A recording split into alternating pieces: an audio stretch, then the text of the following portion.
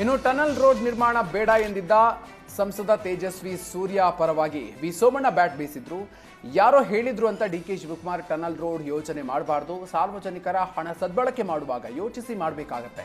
ತೇಜಸ್ವಿ ಸೂರ್ಯ ಹೇಳೋದ್ರಲ್ಲಿ ಗಾಂಭೀರ್ಯತೆ ಇದೆ. ನಾವು ಕೂಡ ಬೆಂಗಳೂರಿಗೆ 40 ವರ್ಷ ಮಣ್ಣು ಹೊತ್ತಿದ್ದೀವಿ.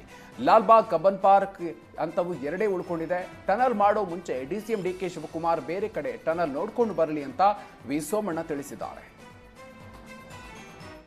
ನಾನು ತೇಜಸ್ವಿ ಸೂರ್ಯ 2 ಬಾರಿ ಲೋಕಸಭಾ ಸದಸ್ಯರು, ಅವರು ಇದಾಗ್ತಾರೆ ರೆಪ್ರೆಸೆಂಟ್ ಮಾಡ್ತಾ ಇರೋ ಕ್ಷೇತ್ರ ಅನಂತಕುಮಾರ್ ಅಂತ ಒಬ್ಬ ಮುತ್ಸದ್ದಿ ನಾಯಕರಿದ್ದಂಥ ಕ್ಷೇತ್ರ. ನಾವೆಲ್ಲ ನಮ್ಮ ಕ್ಷೇತ್ರಕ್ಕೆ ಬರ್ತಾರೆ. ಬೆಂಗಳೂರಿನಲ್ಲಿ 4 ಜನ ಎಂ ಪಿಗಳಿದ್ದಾರೆ. ಟನ್ನಲ್ ಎಲ್ಲಿ ಬರ್ತದೆ ಮತ್ತೊಂದು ಬರ್ತದೆ ಅನ್ನೋದಕ್ಕಿಂತ ಹೆಚ್ಚಾಗಿ ನಾನು ಶಿವಕುಮಾರ್ ಅವರಿಗೆ ಒಂದು ಸಜೆಷನ್ ಕೊಡ್ತೀನಿ.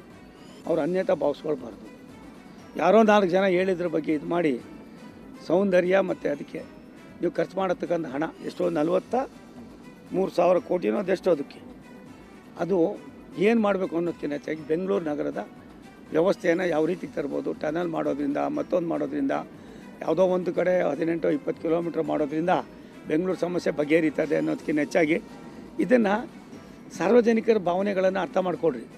ಒಬ್ಬ ಎಂ ಪಿ ಹೇಳ್ತಾ ಇದ್ದಾರೆ, ಅದನ್ನು ಕೂಡ ನೀವು ತೀಕ್ಷ್ಣವಾಗಿ ತೆಗೆದುಕೊಳ್ಳಿ. ಮತ್ತು 3ನೇದು, ನೀವು ಕೂಡ ಬೆಂಗಳೂರಿನಲ್ಲೇ ವಾಸ ಮಾಡ್ತಕ್ಕಂಥವ್ರು. ಬೆಂಗಳೂರಿಗೂ ಕನಕಪುರಕ್ಕೂ ಏನಂತ ದೂರ ಇಲ್ಲ. ನಮಗೆಲ್ಲರಿಗಿಂತ ಕೂಡ ಬೆಂಗಳೂರಿನಲ್ಲಿ ಏನಾರು ಮಾಡಬೇಕು ಅಂತ ಕನ್ಸರ್ನ್ ಇದೆ ಅಂತ ಅನ್ನೋದು ನಮಗೆ ಎಷ್ಟು ಜನಕ್ಕೆ ಗೊತ್ತಿದೆ ಅನ್ನೋದಕ್ಕಿಂತ ಹೆಚ್ಚಾಗಿ ನೀವು ತೆಗೆದುಕೊಳ್ಳೋ ತೀರ್ಮಾನದ ಮುಂಚೆ ಒಂಚೂರು ಬೆಂಗಳೂರನ್ನೇ ಅವಲಂಬಿತರಾಗಿ 40 ವರ್ಷ ನಮ್ಮಂಥವ್ರು ಸುಮಾರು ಜನ ಮಣ್ಣು ಹೊತ್ತಿದ್ದೀವಿ. ನಮಗೂ ಕೂಡ ನಮ್ಮದೇ ಆದಂಥ ದೂರದೃಷ್ಟಿ ಇದೆ. ಅವೆಲ್ಲವನ್ನು ಇನ್ನು ಕಾಂಗ್ರೆಸ್ನಲ್ಲಿ ಕ್ರಾಂತಿ ಬೆನ್ನಲ್ಲೇ ಸಂಪುಟ ಪುನಾರಚನೆ ಕೂಗಿಗೆ ಹಲವು ಸಚಿವರು ಬೆಚ್ಚಿ ಬಿದ್ದಿದ್ದಾರೆ. ನವೆಂಬರ್ ಅಂತ್ಯ ಇಲ್ಲವೇ ಡಿಸೆಂಬರ್ ಮೊದಲ ವಾರ ಪುನಾರಚನೆ ನಡೆಯುವ ಸಾಧ್ಯತೆ ಇದೆ. ಈಗಾಗಲೇ ಕೆಲ ಸಚಿವರು ತಮ್ಮ ಸ್ಥಾನ ಉಳಿಸಿಕೊಳ್ಳೋದಕ್ಕೆ ದೆಹಲಿ ಯಾತ್ರೆಯನ್ನ ನಡೆಸ್ತಾ ಇದ್ದಾರೆ. ದೆಹಲಿಯಲ್ಲಿ ವರಿಷ್ಠರಿಗೆ 3 ತಿಂಗಳ ಅವಧಿಯ ಕಾರ್ಯವೈಖರಿ ವರದಿಯನ್ನ ಸಚಿವರು ಸಲ್ಲಿಸ್ತಾ ಇದ್ದಾರಂತೆ.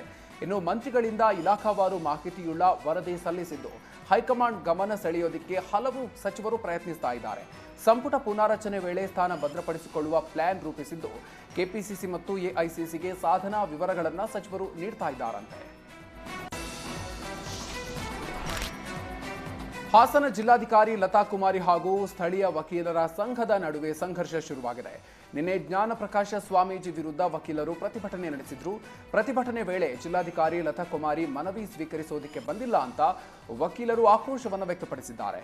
ನಿನ್ನೆ ಲತಾ ಕುಮಾರಿ ವಕೀಲರ ಪ್ರತಿಭಟನೆ ವೇಳೆ ಸ್ಪಂದಿಸಿಲ್ಲ ಅಂತ ಇಂದು ವಕೀಲರು ಜಿಲ್ಲಾಧಿಕಾರಿಯ ವಿರುದ್ಧವೇ ಪ್ರತಿಭಟನೆಯನ್ನು ನಡೆಸಿದ್ದಾರೆ. ಹಾಸನದ ಎನ್ಆರ್ ವೃತ್ತದಲ್ಲಿ 100 ವಕೀಲರು ಮಾನವ ಸರಪಳಿ ರಚಿಸಿ ರಸ್ತೆ ತಡೆದು ಪ್ರತಿಭಟಿಸಿದ್ರು. ಈ ಸಂದರ್ಭದಲ್ಲಿ ದುರಹಂಕಾರಿ ಡಿಸಿ ಗೋಬ್ಯಾಕ್ ಅಂತ ಘೋಷಣೆ ಕೂಗಿ ಆಕ್ರೋಶವನ್ನು ಹೊರಹಾಕಿದ್ದಾರೆ.